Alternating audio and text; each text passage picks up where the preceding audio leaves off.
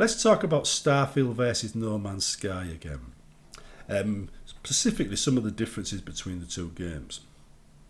Now, if we look at No Man's Sky, right, you're flying around in a single-player game exploring the universe. You're a traveller, and that's what the travellers do in this game. The races recognise the travellers as a force for good, and they tend not to shoot at you.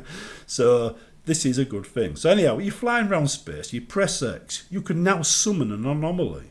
That anomaly used to be a single-player element. You'd go there to talk to important quest characters, maybe get a few upgrades and then leave. And that's all it did. And it turned up when it felt like it. Now you can summon it whenever you like.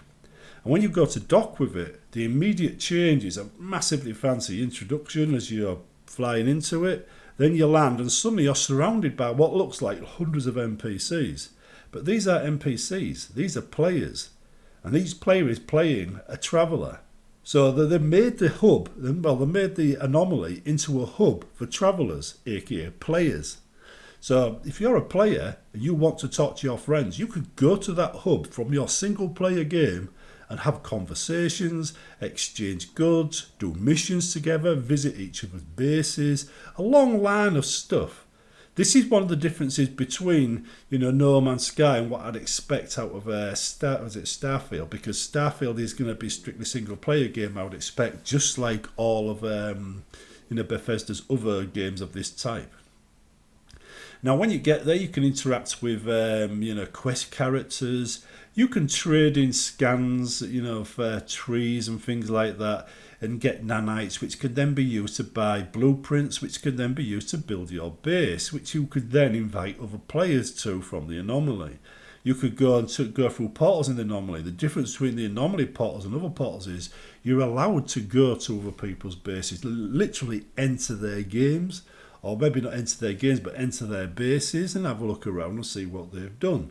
It adds a bit of life to the universe. Also, when you're flying around the universe, when you discover a star for the first time and you land and discover a few places on planets, you can name those places. You can give them a name and upload the name to the game. So when somebody else plays, it says, this was found by you in the year blah, blah, blah. And they can't change it. So it's a bit like exploring the universe for real. All of these are changes that No Man's Sky, differences that No Man's Sky has over Starfield as I expect it to be. Now, Starfield, that's a bit different. If you look at Oblivion and the Oblivion gates, other than the 6 main Oblivion gates you had to do for the Aid for Bruma, the rest send you to random locations when you step through them. You do not get the same map in the same gate all the time. It's different. So you go through a gate, you get that location, you step out, that location is locked, but you go in another game, go through that same gate, you'll get a different map again. So you're not going to get the same Oblivion map every playthrough. It's going to be different. Now, using that same kind of technology in Starfield makes sense because you have an awful lot of static basics setups which require a lot of work.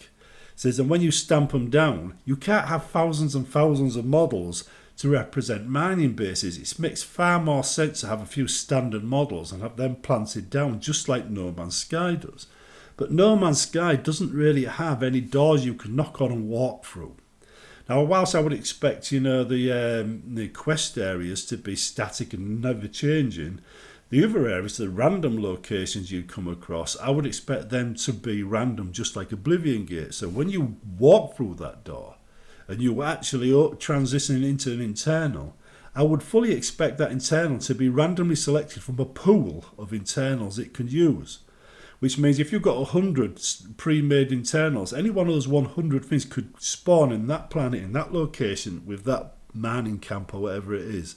And in the next playthrough, it might be a different internal for that same location. That's what I'm expecting. Due to the size of the universe, the number of planets, the number of systems and all that kind of thing. That's the only way I can see it working. Which means other players can come along, make more internal levels, add them potentially to the pool, increasing the variety of locations you get when you go exploring.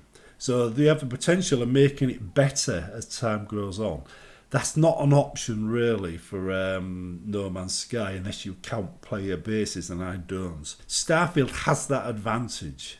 says if you're going to enter a system and then dock at a random mining camp, when you go through that door, the potential is you've got a long list of locations that might spawn at the other end, and you will not be able to predict which one it will be. Right? But once you've been in it, it will do what always happens in Bethesda games, and it will lock that location, so it stays the same when you go back. Bethesda done this all the way from the very beginning. Starfield, they said, they level locked each level. So if you go onto a level and say at level 5, every monster in there will be level locked to level 5. You leave that area, you come back, it will still be level 5. That was a choice the designers made. They don't necessarily have to make that choice, but they did it for Skyrim. But this is the advantage of the Starfield way. You can have an infinite number of places you could explore, and it will be different every time. Just because the external building looks the same doesn't mean the internals are always going to be the same. So there are swings and roundabouts here. It says No Man's Sky, multiplayer aspect, that's a cool feature. Being able to walk into mining camps and know what's behind the door is going to be different every time is also a cool feature. And these will make the games feel a lot different, especially if you think Starfield will have no kind of multiplayer aspects about it, nothing I'm expecting. And No Man's Sky will have no random encounter levels like you get in Starfield. These are going to be distinct differences, and it's the core of the gameplay as well. So you can't get away from the fact that these two differences will make up, will divide the games even further in the eyes of the players and make the games feel distinct and not similar at all. That's my theory anyway. Let me know what you think. Comments below, like, dislike, whatever. And I'll see you in the next one.